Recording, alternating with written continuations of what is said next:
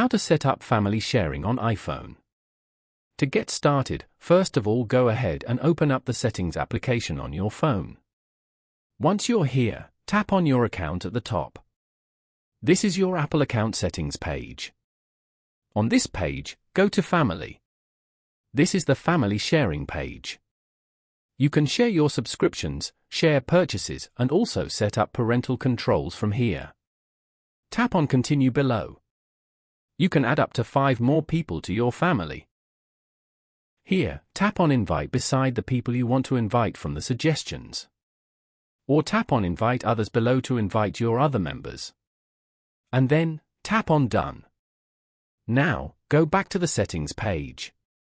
Here, tap on Family. You can view the members here and see what they can access and share. Following these steps, you can easily set up family sharing on iPhone.